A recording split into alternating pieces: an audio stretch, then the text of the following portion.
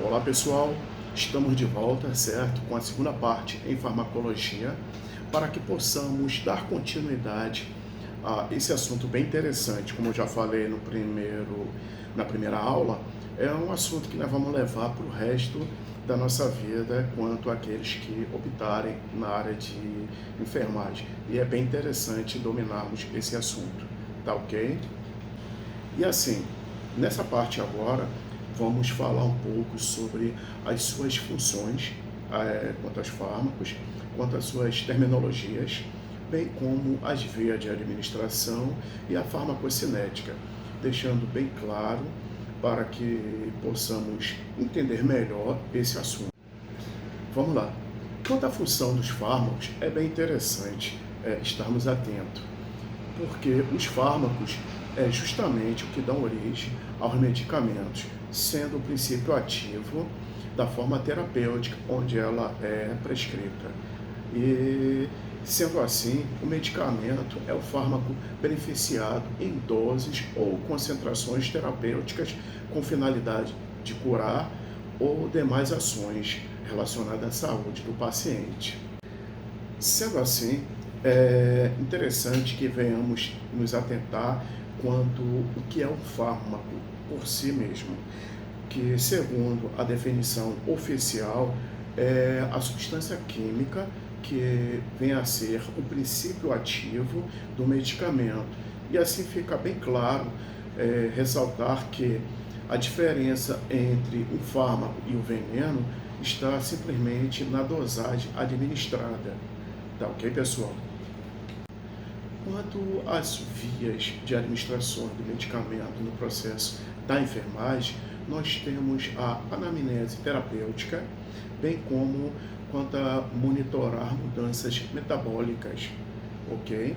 Que nós temos que estar bem atento. Quanto à anamnese terapêutica, são justamente as informações sobre as medicações que o paciente já fez uso e principalmente sobre as que usam atualmente, certo? Quanto às reações alérgicas, à droga e alimentação, razão pela qual o uso da medicação pode apresentar reações adversas. E quanto às dosagens, bem como ao uso prolongado e quanto às vias de administrações. Quanto a monitorar mudanças metabólicas, nós temos que observar quanto ao paciente em ser diabético, por exemplo, que execute o controle da glicemia antes de administrar a insulina. E sim, o uso de dioxina para verificar o pulso radial. E assim, quanto à orientação, nós temos que estar bastante atento quando for lidar diretamente aos pacientes, certo? Temos que orientar os pacientes sobre os efeitos da terapia que será administrada sobre ele. Podemos observar quanto ao uso prolongado de medicação, merece sim uma avaliação mais precisa, porque esse fato pode levar à inibição ou potencialização do efeito da droga prescrita na intervenção. É interessante orientar pacientes sobre os efeitos da terapia a ser administrada perante ele, certo? Assim como o uso prolongado da medicação merece sim uma avaliação mais precisa, porque esse fato pode levar à inibição ou potencialização do efeito da droga prescrita na internação. Por exemplo, o ácido acetil salicílico, que é o AS, potencializa o efeito de anticoagulante como a heparina. E temos que nos ater a isso. Histórias clínicas, detalhes sobre o tratamento medicamentoso do paciente. Temos que relatar dos hábitos alimentares, porque este pode afetar a ação da droga. Por exemplo, um paciente que faz uso de anticoagulante não deve comer folhas verdes, porque contém vitamina K e pode antagonizar o efeito da droga. Temos que também avaliar se o paciente interage apropriadamente com a sua família, se a sua conversa é bastante clara e se o seu comportamento e sua expressão estão coerentes. E verificar também se sua memória recente ou passada apresenta alterações. Esse tipo de possibilidade e identificação da capacidade do paciente dar sim continuidade ao tratamento proposto. Identificar também os problemas através do histórico do paciente, usando as informações colhidas, definindo problemas relacionados às drogas e fazendo o diagnóstico de enfermagem.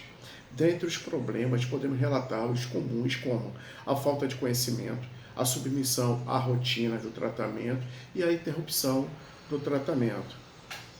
E assim, temos que elaborar um plano de cuidado, estímulos ao autocuidado com o paciente, certo?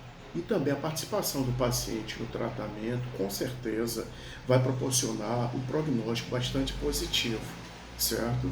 E a evolução possibilita ao profissional de enfermagem implementar mudanças no plano de cuidado, criando uma contínua e criteriosa avaliação, o que torna cada intervenção em enfermagem um sucesso.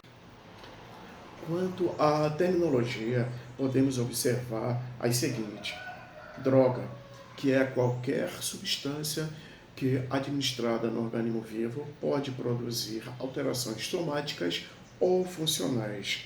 Temos as doses. Dose é a quantidade de medicamento que deve ser dado ao paciente de cada vez. Dose mínima, que é a menor quantidade de droga capaz de produzir efeitos terapêuticos. Temos a dose máxima, que é a maior quantidade de uma droga capaz de produzir efeitos terapêuticos sem apresentar efeitos indesejáveis. Temos também a dose de manutenção, que é a dose necessária para manter os níveis desejáveis de medicamento na corrente sanguínea e tecido durante todo o tratamento. Quanto às vias de administração das drogas, existe a sublingual, que é debaixo da língua, a intradérmica, que são injetadas na pele e é inserida uma agulha em um ângulo de 10 a 15 graus, certo? De modo a perfurar apenas a superfície da pele. Temos também a intramuscular, que é injetada diretamente em diversos grupos musculares, e essa forma de administração proporciona uma rápida ação sistêmica e possibilita a absorção de doses relativamente grandes, sendo até 5 ml. Temos a intravenosa, que possibilita a injeção diretamente na corrente sanguínea por uma veia. Temos a oral, que é geralmente a via mais segura e mais conveniente e mais barata. Temos também a retal e vaginal, que é através de supositórios, cremes ou substância em forma de gel, que pode ser instilados no reto ou na vagina para se tratar de irritações ou infecções locais. Temos as respiratórias, que são administradas por inalações e são absorvidas rapidamente.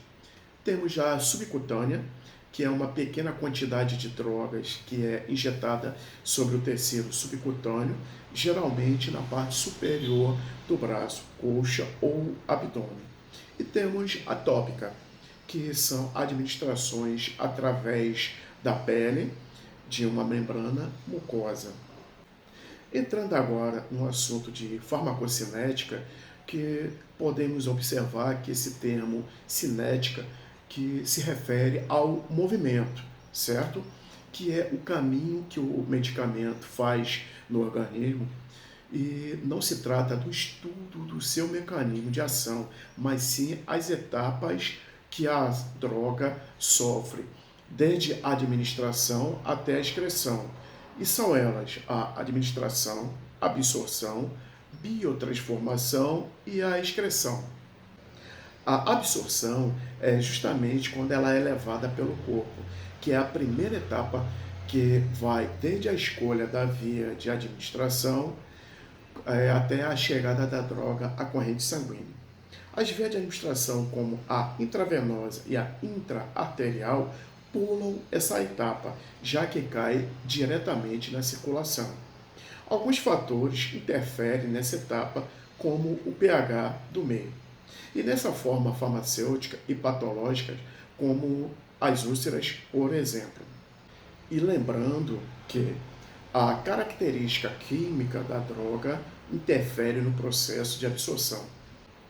Podemos observar que é justamente na absorção que é feita a metabolização do fármaco pelo fígado e pela microbiota intestinal, antes que o fármaco chegue à circulação sistêmica. As vias de administração que estão sujeitas a esse efeito são via oral, via retal, assim, em proporção bem reduzidas. Distribuição. É nessa etapa que a droga é distribuída no corpo através da circulação. Ela chega primeiro nos órgãos mais vascularizados, como o sistema nervoso central, pulmão e coração, e depois sofre redistribuição aos tecidos menos irrigados, tecidos adiposo, por exemplo. É na distribuição que a droga vai chegar ao local onde vai atuar. Interfere ainda nessa etapa baixa concentração de proteínas plasmáticas, que são necessárias para a formação da fração ligada, como desnutrição, hepatite e cirrose, que destrói hepatócitos, que são células produtoras de proteínas plasmáticas, reduzindo assim o nível desta no sangue. Biotransformação é a fase onde a droga é transformada em um composto mais hidrossolúvel para a posterior excreção. Ela se dá em duas fases. Na fase da biotransformação, como primeira fase, é a etapa de oxidação, redução e hidrólise, ou seja, a quebra de uma molécula de água.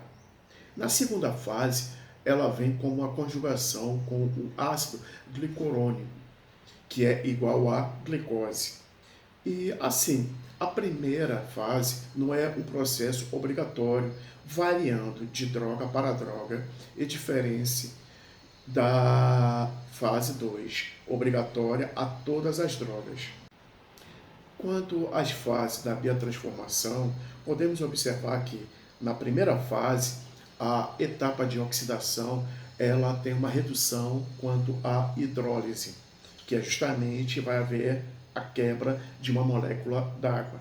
Na segunda fase, existe uma conjunção com o ácido glicurônico, que é justamente igual à glicose, certo?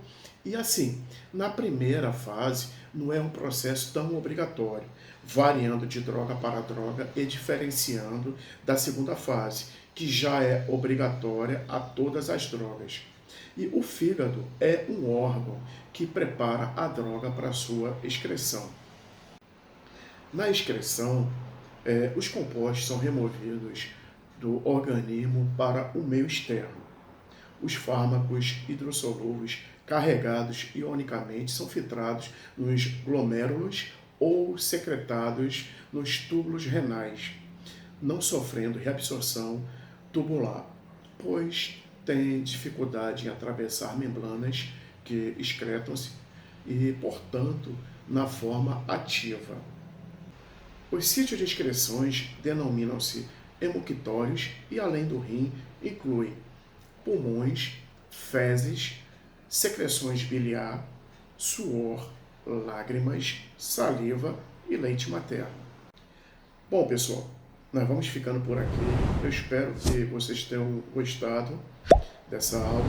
Peço a vocês que se inscrevam, deixe seu like e no final deixe seus comentários, as dúvidas, as sugestões para que possamos trazer para a terceira parte em farmacologia